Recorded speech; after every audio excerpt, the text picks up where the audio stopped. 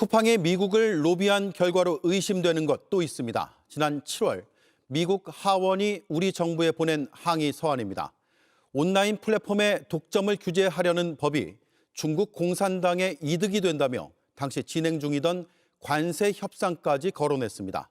그 서한을 받아든 여권의 고위 관계자는 쿠팡의 작품이라 느껴졌다고 JTBC에 밝혔습니다. 이어서 김필중 기자의 보도입니다. 올해 7월 24일 미국 하원의 법사위원들이 한국의 공정거래위원회에 보낸 항의 서한입니다. 첫 문단부터 공정위가 준비 중인 법안이 미국의 사업을 부적절하게 겨냥하고 있다는 우려를 전합니다.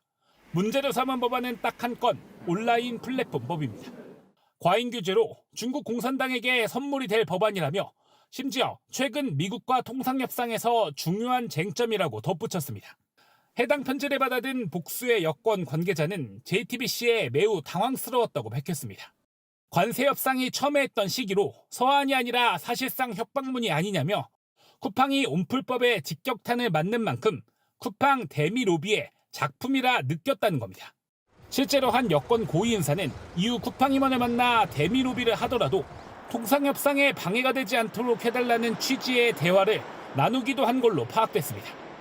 쿠팡이 해당 서한에 영향을 미쳤을 정황은 곳곳에서 포착됩니다. 먼저 2014년 2월 쿠팡이 미국 증권거래소에 올린 공시입니다. 공정위가 온라인 플랫폼 기업을 대상으로 한 규제에 점점 더 집중하고 있다며 우리의 비즈니스에 부정적인 영향을 미칠 수 있다고 적은 겁니다. 또 쿠팡의 160억가량 쓰는 미국 로비에 의회도 포함되어 있습니다. 따라서 민주당 외통위는 오는 30일부터 열리는 쿠팡 청문회에 쿠팡의 대미 로비를 집중 확인할 예정입니다. JTBC 김필준입니다. 통일교 특별보고 문건에 최소 30번 등장하는 김규환 전 미래통합당 의원은 경찰 수사가 시작되자 곧바로 통일교 고위 간부에게 전화를 걸었습니다. 그 녹음 파일을 입수했습니다.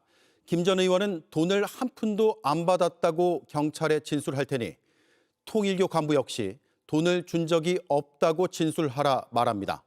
경찰 조사에 앞서 입을 맞춘 겁니다. 이서준 기자가 단독 보도합니다.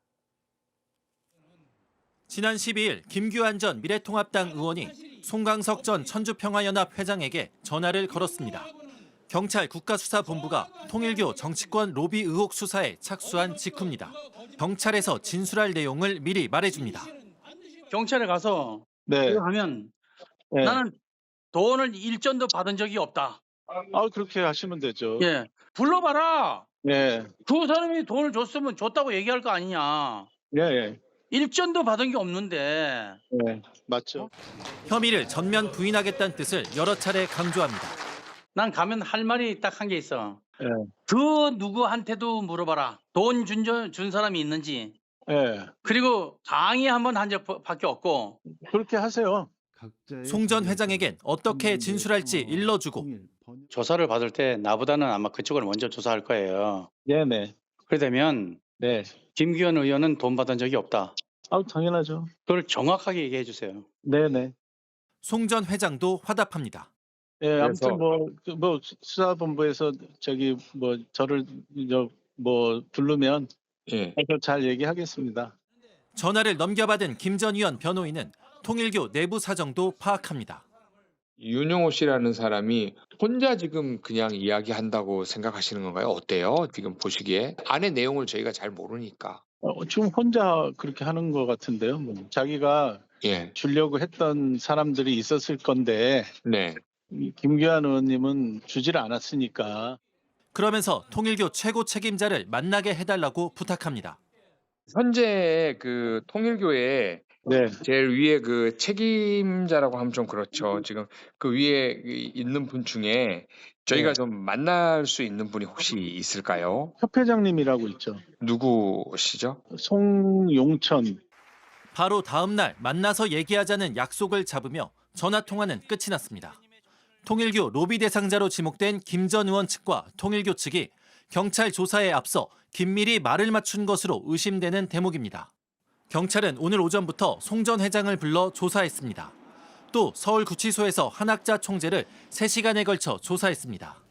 경찰은 한편 통일교 측이 전재수 민주당 의원에게 명품 시계를 건넸다는 의혹과 관련해 불가리 코리아를 압수수색했습니다. JTBC 이서준입니다. 네, 성탄절을 하루 앞두고 많은 시민들이 설레는 마음을 안고 저녁 나들이에 나섰습니다. 현장에 나가 있는 취재기자 연결하겠습니다. 네, 하예빈 기자. 네, 크리스마스 장식들이 많이 보이는데 어딥니까? 네, 서울 청계천에 나와 있습니다. 이곳에서는 현재 빛초롱 축제가 한창인데요. 제 뒤로 커다란 크리스마스 트리뿐만 아니라 형형색색의 빛을 뿜어내고 있는 조형물들이 설치되어 있습니다. 근처인 광화문에서는 크리스마스 마켓 행사도 진행되고 있는데요. 나들이를 나온 어린이들에게 선물로 무엇을 곳곳에서 들려오는 캐롤도 지금 성탄 전야의 분위기를 더하고 있습니다. 네, 오늘 날씨가 상대적으로 포근해서 시민들이 많이 나왔다고 하는데 어떻습니까? 네, 겨울치고는 포근했던 날씨 덕분에 축제를 즐기려는 시민들로 붐비고 있습니다. 조금 전에 말씀드렸던 것처럼 광화문에서는 크리스마스 마켓 행사가 진행되고 있는데요.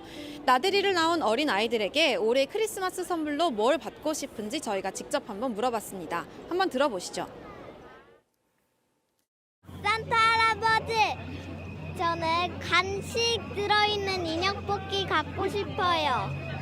산타 할아버지 사이버트럭 장난감 사주세요. 네, 또 소중한 사람을 떠올리는가 하면 차분하게 올 한 해를 돌아보기도 했습니다. 한번 들어보시죠. 저도 입대하고 첫 휴가라서 여자친구랑 이렇게 놀러 온 게 너무 뜻깊은 것 같아요. 역대급으로 다사다난했던 한 해였는데 이렇게 오랜만에 고등학교 때 친구들이랑 만나서 밖에서 놀면서 훌훌 털어버리고. 네, 성탄절인 내일 데이트나 나들이 계획 세우신 분들이 많으실 텐데요. 날씨가 어떨까요?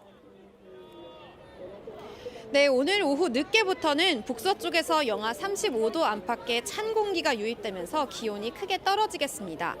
크리스마스 당일인 내일은 서울 최저 기온이 영하 4도, 대전은 영하 3도, 강릉은 2도 등을 기록하겠습니다.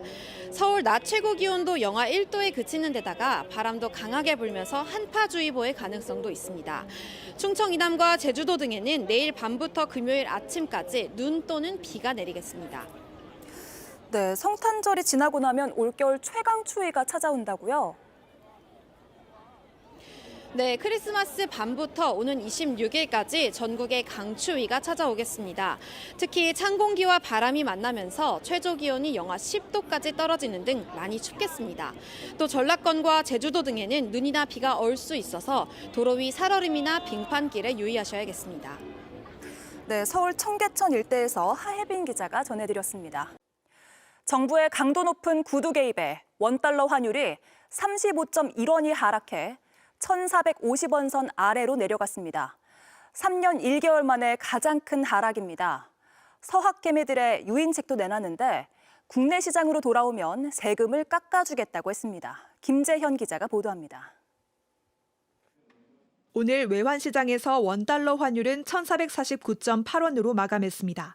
1,484.9원에서 출발했는데 정부의 환율 잡기에 30원 넘게 급락한 겁니다. 3년 1개월 만에 최대 하락폭입니다. 외환 당국은 오늘 원화의 과도한 약세는 바람직하지 않다는 강도 높은 구두 개입 메시지를 내놨습니다. 정부의 강력한 의지와 종합적인 정책 실행 능력을 곧 확인하게 될 것이라고도 했습니다.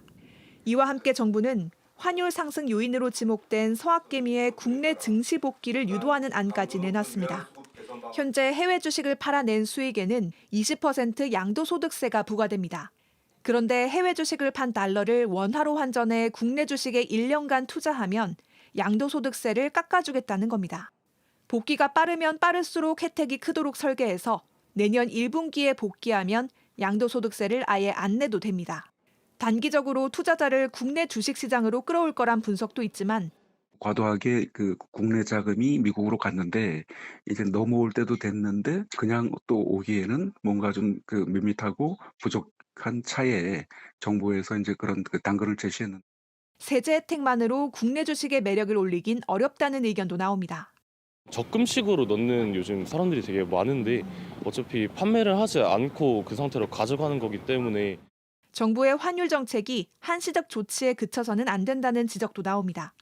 밸류업이라든가 아니면 펀더멘탈을 개선한다든가 하는 그런 당근들을 제시해주지 않는 상황이라면 이거는 일시적인 변동성을 조종하는 정책에 그칠 가능성이 높은 거죠. JTBC 김재현입니다. 사회 초년생들의 피 같은 오피스텔 보증금 60억 원을 돌려주지 않은 집주인이 있습니다. 저희 취재진이 추적을 해봤더니 돈이 없다던 집주인은 각종 정치 활동엔 적극 참여하고 있었습니다. 밀착 카메라 이상엽 기자가 보도합니다. 25살 이 직장인은 든든한 딸이 되고 싶었습니다. 고등학교를 졸업하고 바로 일했습니다. 점심값도 너무 아까워가지고 그 삼각김밥이랑 그냥 우유 같은 거 그런 거 넣고 아끼고 또 아껴서 1억 원 넘는 돈을 모았습니다. 손 벌리기보다는 제가 열심히 해가지고 20살 때부터 모은 돈으로 해가지고 대출 없이 서울에 자취방을 구했습니다. 지금은 그 순간을 자책합니다. 집주인이 4년째 보증금을 돌려주지 않습니다. 어쨌든 계약한 건 저고 처음에는 집주인 탓을 하다가도 점점 저를 탓하게 되는. 자영업자 32살 B씨도 자신을 탓했습니다. 보증금 2억 5천만 원, 부모님 노후 자금입니다. 이게 신축이라서 시세가 안 나온다고 해서 제가 가입을 못했어요. 나만 이렇게 불행한가? 절망감 좀 많이 들고. 둘 다 서울 광진구 한 오피스텔에 새들어 살고 있습니다. 37세대의 임차인들이 돌려받지 못한 보증금 60억 원에 이릅니다. 일을 하고 공부도 하며 경찰과 법원을 오간 24살 C씨. 이제야 전세 사기 피해자로 결정받았습니다. 피해자 결정문 종이 한 장 받으려고 온갖 서류를 다 떼서 바치고. 하지만 거기까지였고 달라진 건 없습니다. 돈 없다던 집주인이 하고 싶은 일은 다 하고 다닌다는 사실을 알게 됐습니다. 윤석열이랑 같이 찍은 사진이 카톡 프로필에 돼 있었고 정치 이제 관련된 활동도 엄청 많이 하고. 집주인 윤모 씨, 임대인 명의는 아내로 해놨습니다. 자신은 자유와 희망이라는 보수단체를 만들어 정치 활동을 하고 있습니다. 윤석열을 사랑하는 모임, 이른바 윤사모 서울협의회 총회장이기도 합니다. 집회에 나가고 사람을 모으고 정치 활동에 쓸 돈은 있어도 임차인들에게 갚을 돈은 없습니다. 사업하는데 경기가 없어서 나도 이제 막 만사를 부른 거지. 윤 씨는 오히려 피해자들을 탓했습니다. 내가 파산을 하게 되면 자기 보증금 한없이 못 찾아갑니다. 경매를 봐도 자기 금액에 한참 아래로 떨어지기 때문에 못 찾아갑니다. 보증금은 안 돌려줬지만 지금 집에서 살게 해주지 않느냐고 했습니다. 회생과 별개로 전세 보증금은 우선 변제해줘야 하는 거예요. 당연하죠, 당연하죠. 그 대신 이제 현재 그 사람들이 여기 살고 있잖아요. 그 값어치는 항상 가지고 있어요. 근데 여기서 안 살고 싶은데 그게 뭔 상관이에요? 정치 활동은 경제 활동과 관련이 없다고도 했습니다. 사회 초년생들이라서 특히 더 미안한 마음은 없으세요? 다 미안하죠. 그러나 이게 이제 원래 시작이 잘못 보이니까 결과가 이렇게 나서 그런 것인데. 최근 이재명 대통령은 전세 사기 관련 업무 보고에서 정부가 먼저 보상하는 방안을 검토하라고 했습니다. 하지만 언제 현실화될지 알 수 없습니다. 전세 사기 피해자, 정부가 이름만 붙였을 뿐 이들은 구제받지 못했습니다. 사회에 첫 발을 뗀 이 초년생들이 절망을 딛고 희망을 회복하려면 한 장짜리 피해자 결정문보다 이들의 전부 전세 보증금을 되찾아야 합니다. 밀착 카메라 이상혁입니다. JTBC 뉴스를 시청해 주셔서 고맙습니다. 저희는 저녁 6시 30분 뉴스룸에서 뵙겠습니다.